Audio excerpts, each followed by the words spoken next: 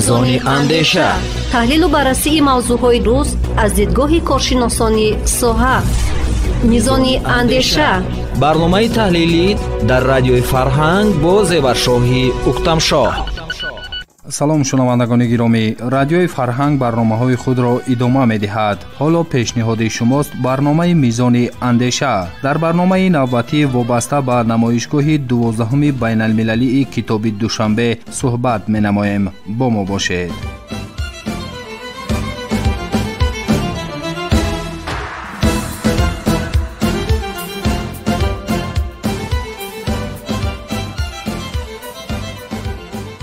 از روز 22 اکتبر در آثارخانه ملی تاجیکستان نمایشگاه 12 بین‌المللی کتاب دوشنبه شروع گردید که تا امروز 24 اکتبر ادامه نمود. در نمایشگاه نوبتی نمایندگان کارخانه‌های طبع و نشر کشورهای اتحاد دولت‌های مستقل اینچنین ترکیه، ایران و چین نیز اشتراک نمودند.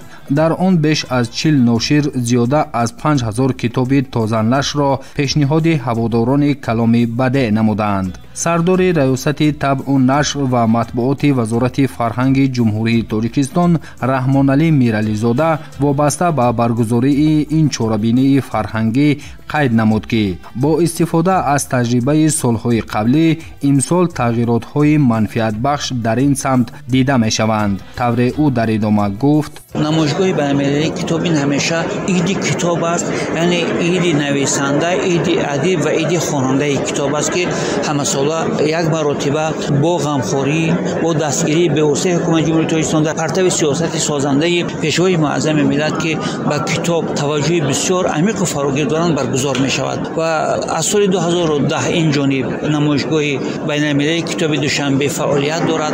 همه ساله علاقه اونهایی که اشتراک میکنند انتظار می شوند دعوتنامه‌های وزارت فرهنگ را برای اشتراک و با توجه به تجربه‌ای که داریم همه ساله از نگاه تعداد، یعنی هم با قول فیلسوفان تغییرات صفتی دیده می شود هم تغییرات مقداری. بنابراین امسال از 8 کشور جهان در نمایشگاه اشتراک دارند. بیش از 5000 کتاب خود را بیش از 40 نشریات وطنی و خارجی برای دوستداران کتاب عرضه می دارند و این کتاب‌ها شامل ادبیات بدیعی میشن، ادبیات تاریخی میشن، ادبیات کودک میشن، ادبیات فلسفی علمی میشن.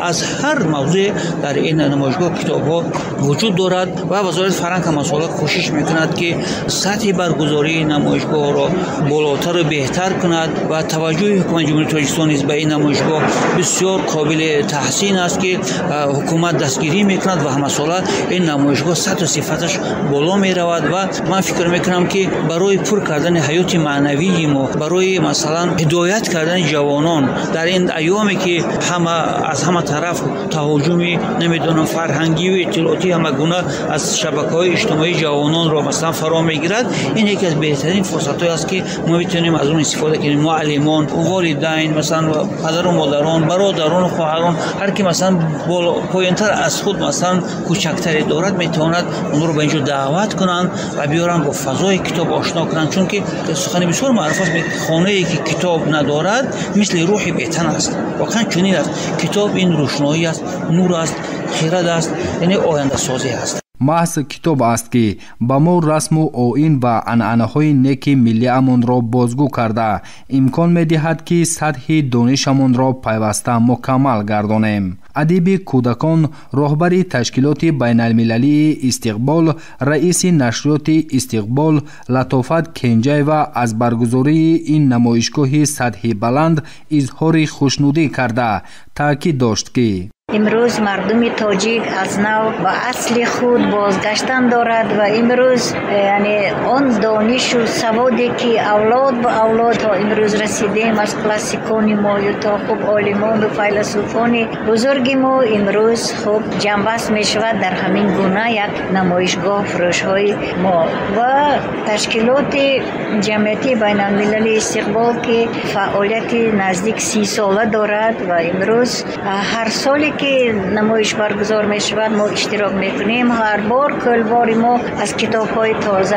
از کتاب های نو پربار است و تا امروز ما نزدیک 500 نامگوی کتاب های بدیعی، اثرهای ادیبان تاجیک، اثرهای ادیبان دنیا را به نشر رساندیم که نزدیک 11 زبان دنیا را در بر میگیرد و اینجا چطوری میبینید در همه کتاب ها از استادان بزرگ ما سر کرده، از استاد خوب میرشکر گلچهره سلیمان، عبید رجب، استاد گلنظر، عبدالملک بهاری، شاعر و نویسنده های خلقی تاجیکستان خوب اینجا هستند، رحمت نظری، خیلی اون ادیبانی که شاعر و نویسندگانی که برای کودکان می نویسند اینجا اثرهایشان را ما به چاپ رساندیم و ما در آینده نقشه های زیاد داریم که هر یک شاعر و نویسنده که برای کودک تاجیک ایجاد میکند منتخبشان را به چاپ رسانیم و باید گفت که استقبال برای خوب کور ذهن کودک افزایش دادن، برای خوب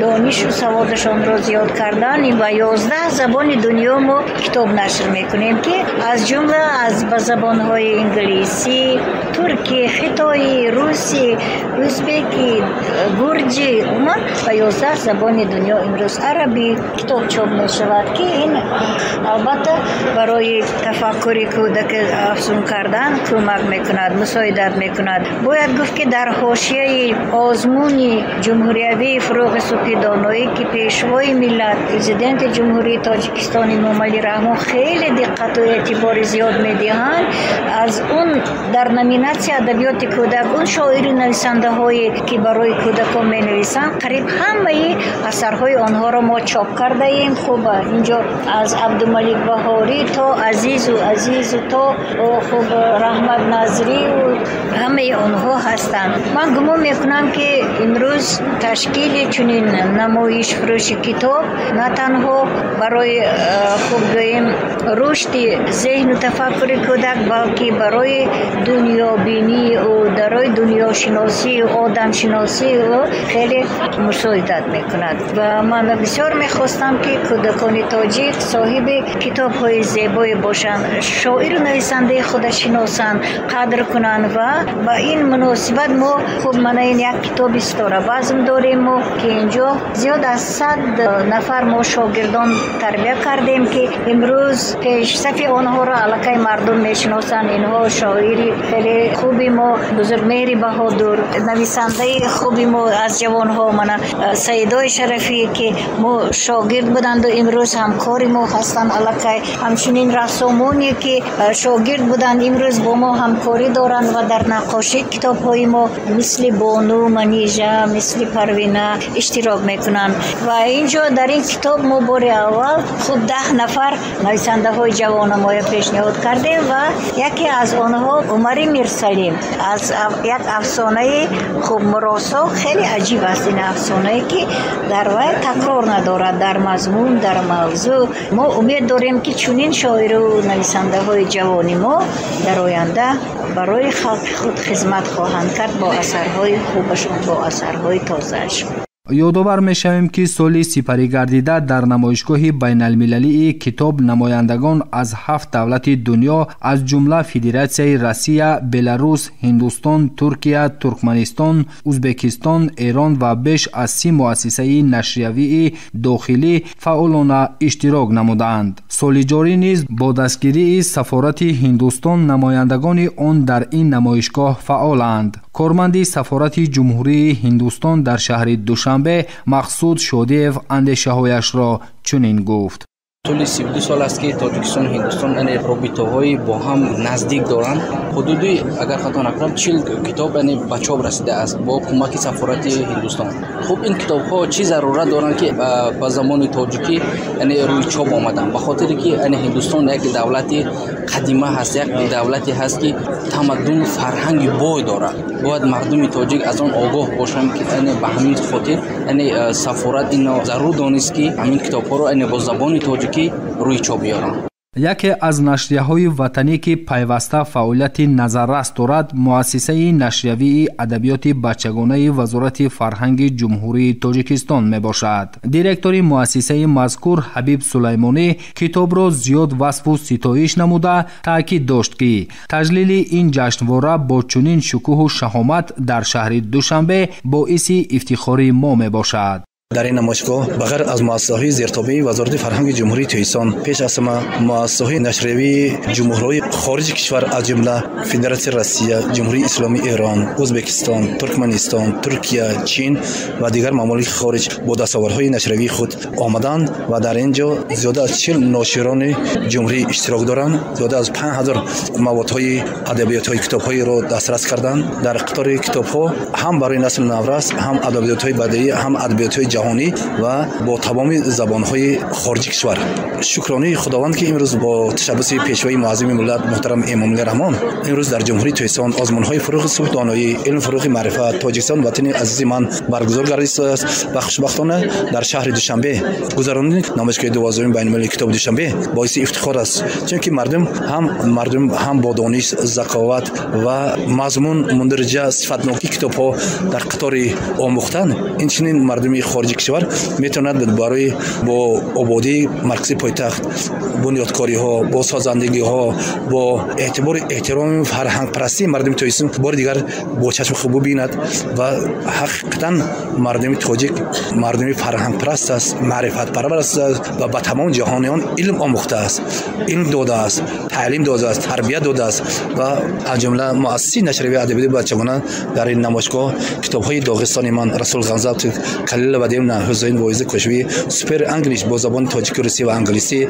این چنین افسانه‌های خلق تاجیک با از 10 قسم با زبان تاجیکی و روسی و خرسی نوشایان اثر سرگئی بروزین سرگذشت چپالین احسن جان راداری خانی چراغ دانش از عمر نیسا سلطان و چیستان‌ها کتاب‌ها درباره حیوانات‌ها برای خوانندگان خرسال پیشکش کرده است. من امیدوارم که این برای هر کی ما با یک در تحکیم بخشی دوستی رفاقتی برادری دوستی خلق‌های جهان باز یک زمینی خود را می‌گذارد با معرفتی ما با مشورتی ما با مدنیت ما چراغ علم معرفت را باز فروزان‌تر می‌گرداند، چون که ترک بین ما جمله را جان بر همه محبوب بود. پیشرفت و بهترین جان را یقین با علم هاست. جان مثال شیشه است و علم مانند چراغ. حکمت این زندگی را روغن حسابیدن رواست. چراغ حکمت معرفت و مدنیت و کتاب دوستی کتابداری برای ما و شما عزیزان مبارک باشد. از جمهوری ازبکستان کشوری با ما دوست و همسایه و همفرهنگ نیز همسالت در این چوربینی نشریه‌های فعال اشتراک می‌کنند و مطبوعات آن در ما هواداران زیاد دارد. سرمحرر نشریات مهارت جمهوری ازبکستان اسدالله اسماعیل زاده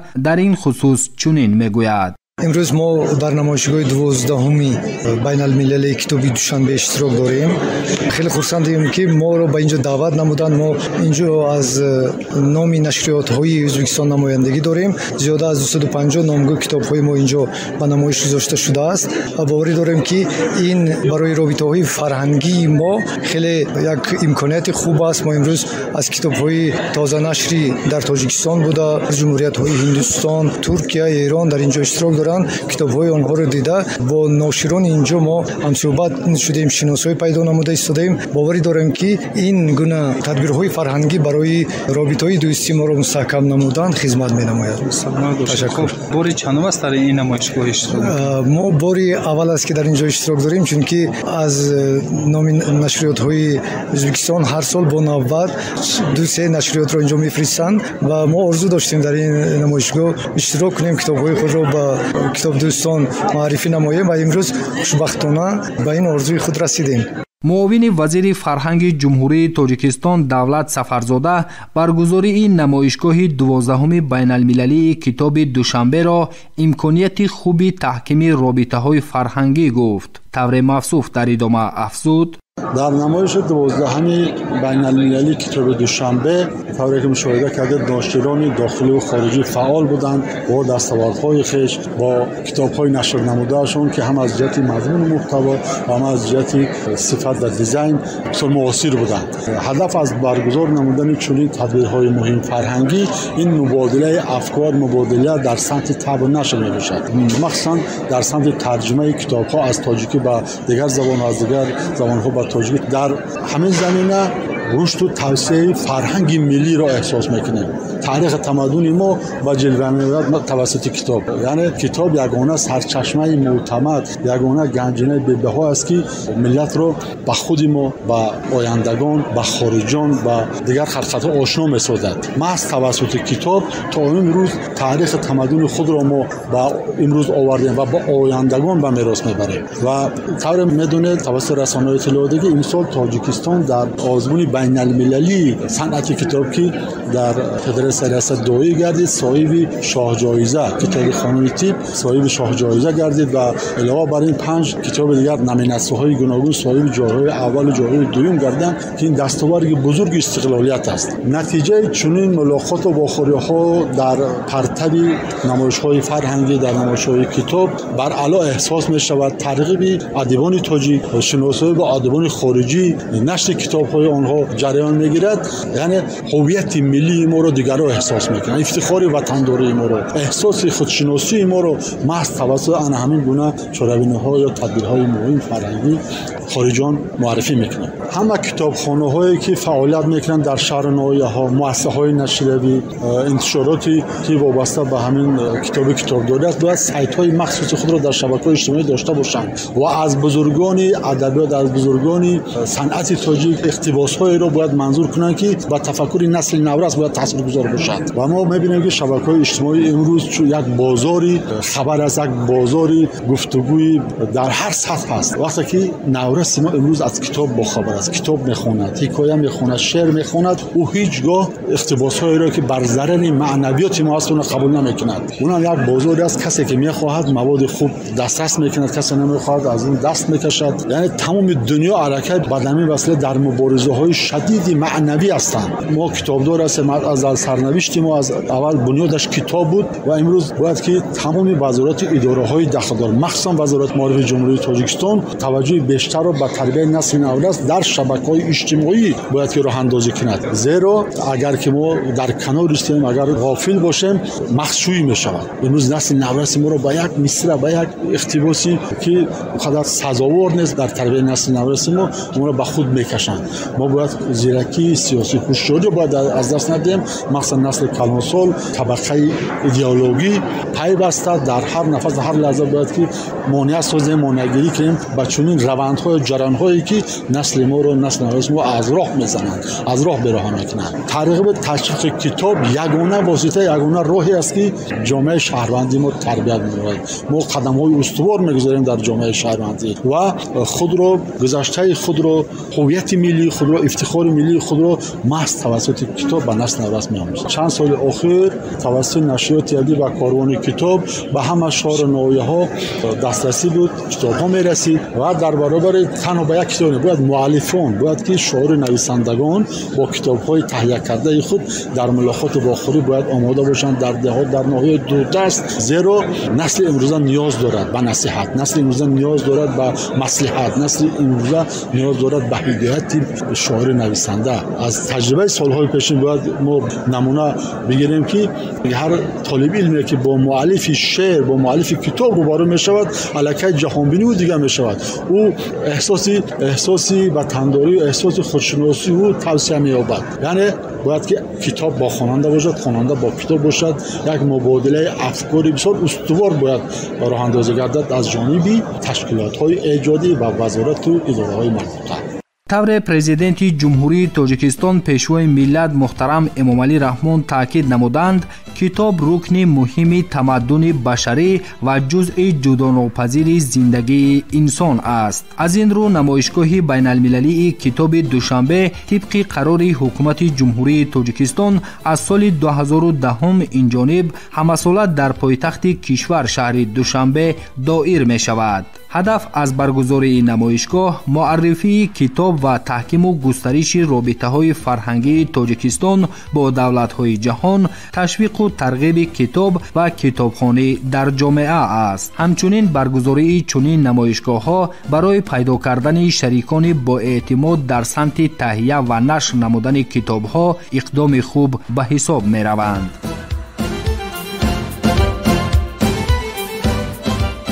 шунавандагони гиромӣ, инҷо барномаи мизони андеша аз радиои Фарҳанг ба анҷом мерасад. муаллиф ва ровии барнома бо шумо будам Зеваршоҳӣ Уктамшоҳ. барномаҳои дигари мо идома дорад. бо мо бошед.